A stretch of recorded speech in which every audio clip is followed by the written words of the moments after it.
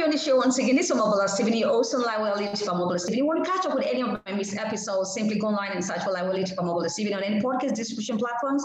And you have an amazing time listening to the talk show today. Now, how can you become unbroken? Now, that's a great question. So welcome with me on the show today, Micheal, aka Micheal Unbroken, who is the founder of Think Unbroken, best-selling author,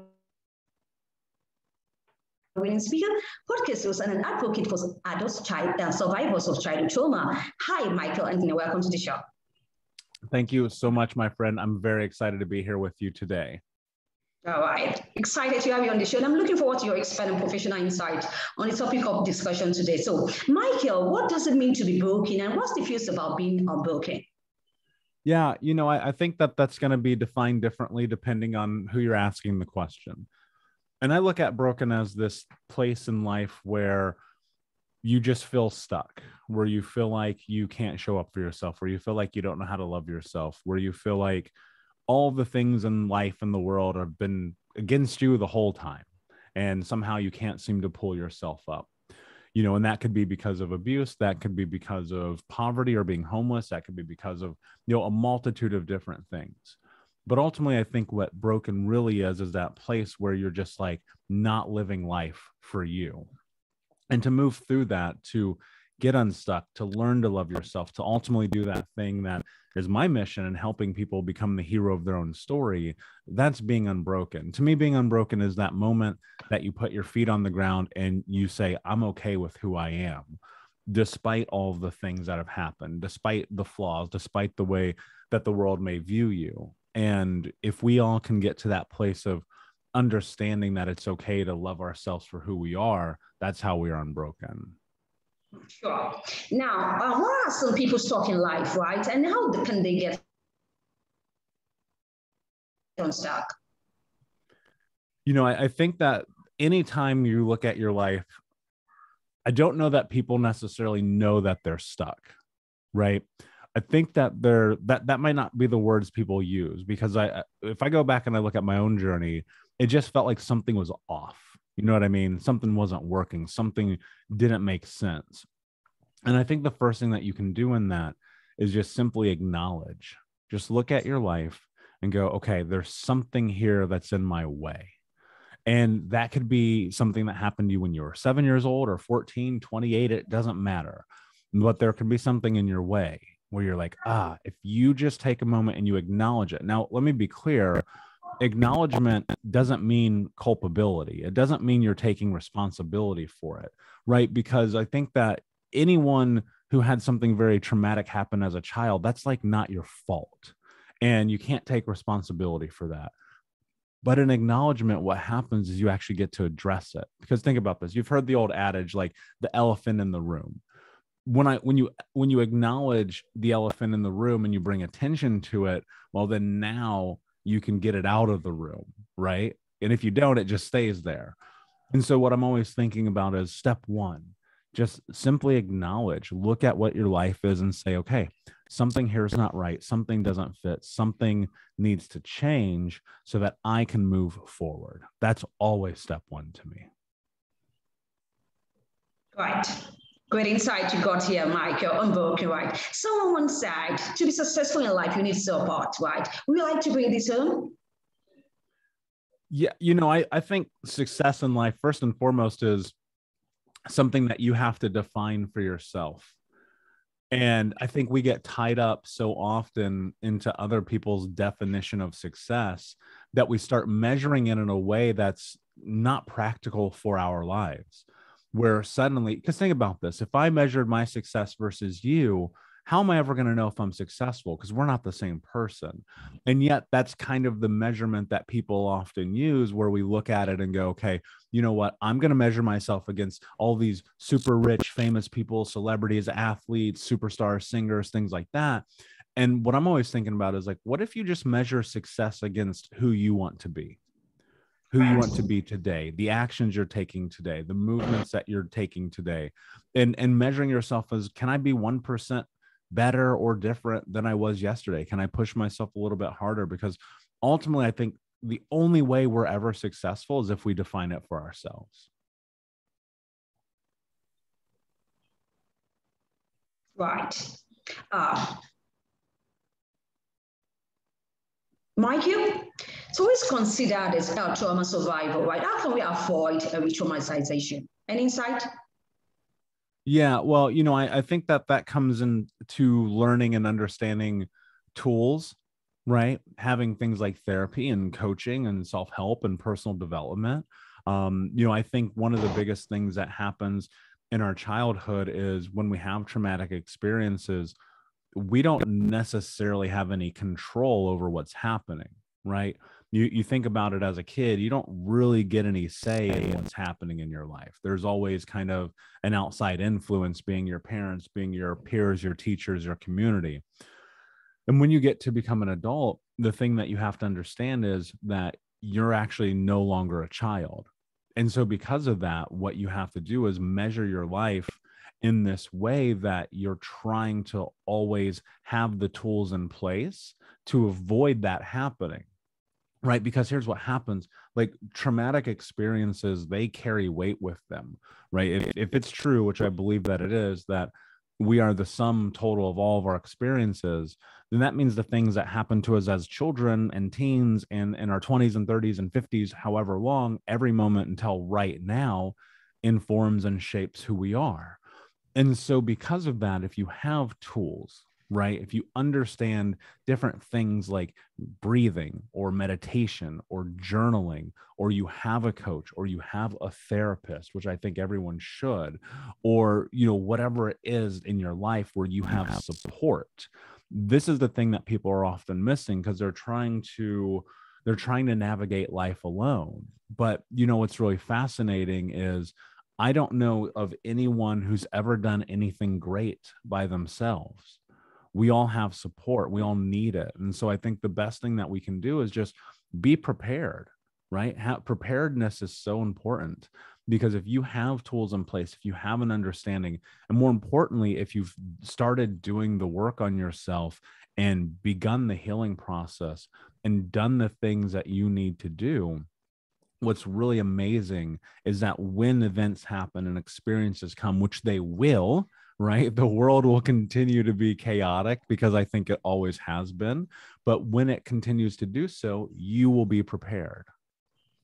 Sure. Thank you for that insight. Right. Now, letting yourself feel broken is the key to feeling whole. Is this valid enough? I mean, I would say that's contextual. Some people will agree with that, some people will not. I think that in order to feel whole, as the way that you phrased it, is that you have to allow yourself the full human experience, right? So many of us, we stuff down our feelings, our emotions, our happiness, our joy, our sadness, our anger. We try to hide from who it is that we are as a person. And in that, I think that you actually take away from yourself. You take away your potential. You take away the very essence of what it is that makes us be a human being. So in some aspect, in some essence of the question, yeah, I think that you have to be able to feel. You have to be able to tap into your emotional human side to be human, because to deny that is to deny the very thing that makes us human beings. And so often, we put ourselves in this position of, don't cry, be tough, stand. And I'm like, maybe you need to cry. Like maybe that'd be good for your soul. You know what I'm saying? That's right. All right. So, Micheal, why do I need to educate myself in order to heal? Well, I have you can't see it, but in front of me right now, there's a sign that says mindset is everything. And I believe entirely that education is the most profound tool that we have in our journeys. And that's across the board. And understanding not only just the baseline science and research is beneficial, but also looking at and studying those who have come before us, those who have done the thing that we're trying to do, and studying what they've done. Because I think that there is value in measuring the data of what people have been able to use in terms of creating success in their life. And maybe even more importantly, evaluating the data of things that people have done that have not been successful. Because I don't know about you, if somebody's tried something 900 times and it didn't work, I don't want to try it. That doesn't make sense to me. Right. But learning is everything. And I go back to myself as a child. I had no interest in school. I did not go to school. I never showed up for class. If I was there, I was not paying attention.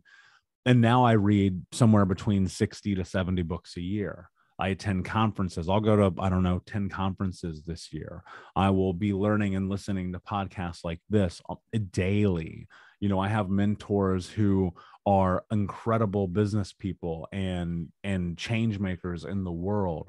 And so because of that, education is the very singular thing that has brought me to this moment with you, because I started investing in myself, and that was going to the library, that was using Google and YouTube, and, you know, really diving deep into educating myself first and foremost, because I think about this a lot.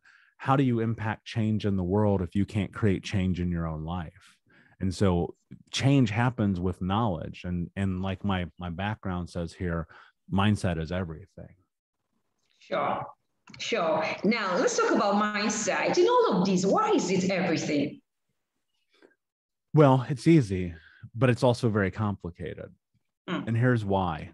Because what you think becomes what you speak.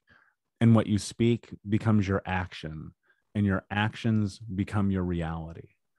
And so everything that you want to have in your life starts with the way that you think about having those things in your life. If you tell yourself you're not good enough, you're not strong enough, you're not capable enough, you don't deserve it, it's never going to happen, then that's going to be true, because you're going to move towards creating those actions in your life, and that will be your reality. And if you tell yourself, I am capable, I am good enough, I am strong enough, I can reach that goal, I can speak on that stage, I can write that book, I can travel the world, I can be this or be that or do this, then you start to take the action. And then on a long enough timeline, and this is where people get lost, you're going to have to be extremely patient in this process, because just because you think it doesn't mean it's going to happen today, but it will happen eventually. You know, I think about this quite often. I've been running this company and I've been speaking on stages for years and years and years. We just met. You know what I mean? Like it takes time to build the life that you want to have. And there's going to be setbacks and there's going to be fallbacks, and it's going to take you 37 years when you thought that it was going to take you 37 days. And so the thing about it is, when you really change the way that you think and you understand that as long as you keep moving forward every single day, that eventually your life can be the life that you want to have, then it will happen. But you have to have momentum. You have to keep going. You have to understand that the words that you're saying to yourself, look, I want you to think about this. This is real. Sometimes the words that we're using would make someone punch us in the face or get arrested because they're so mean. And we're saying those words to ourselves. Why would you talk to yourself like that? Right. And so that's the first thing I always say to people. Anytime I'm coaching anyone, we start with kindness. You be kind to yourself first, because that's the most important thing. That's a part of mindset. That's the part people don't talk about. I mean, I used to say the meanest things to myself. It doesn't make sense. Why would you do that? And then now I think about it like this. I am a kind of person who's kind to myself. And that's the precursor for my life every single day. But that starts with what I think, right? Absolutely. Micheal, tell me about your book, Think Unbroken. Yeah, absolutely. So I wrote Think Unbroken a few years ago because it was the book that I felt like was needed in this personal development space.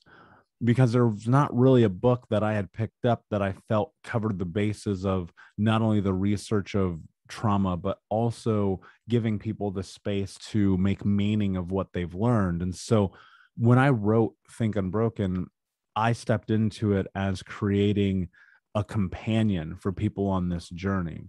And so it's not only just a book that you read, it's part journal, it's part exercise, it's part coaching, right? Because I wanted people to come in to read it and then to write in it. And that is the foundation. It's the baseline. It's just kind of the entry level course of how I believe that you step into this process of healing, because the truth is, like, there's so much to this. There's so much depth to it. If I would have written the book that I started writing, this thing would be 1,000 pages long, right? And that still wouldn't cover any more than 10% of what I know. And so I wanted to write something simple that would start the basically the thing ticking in your brain that said, okay, maybe there's a way to navigate this. Right. Do you have any projects in the pipeline?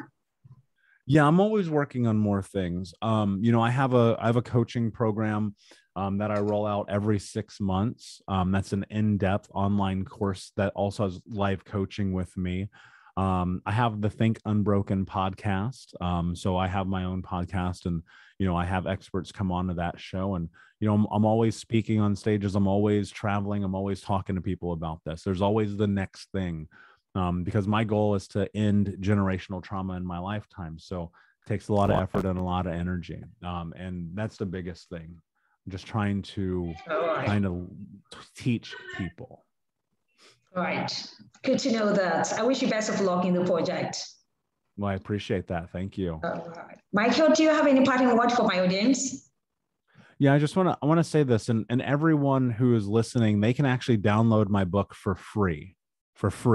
If you go to traumahealingbook.com, because the truth is this should be accessible to everyone. And so I want it to be. And so if you want it, you can go to traumahealingbook.com, download the book for free. It's there for you. Great stuff. Your social media connections? I'm sorry, say it again. Do you have any social media connections? Because I know you have one. Yeah. I'm on social media everywhere at Micheal Unbroken. That's on everything that exists. Love that. Thank you, Micheal Huntley, aka Micheal Unbroken, for your incredible insight on today's show. I really had a blast, right? I wish you best of luck once again, all your future endeavors, right?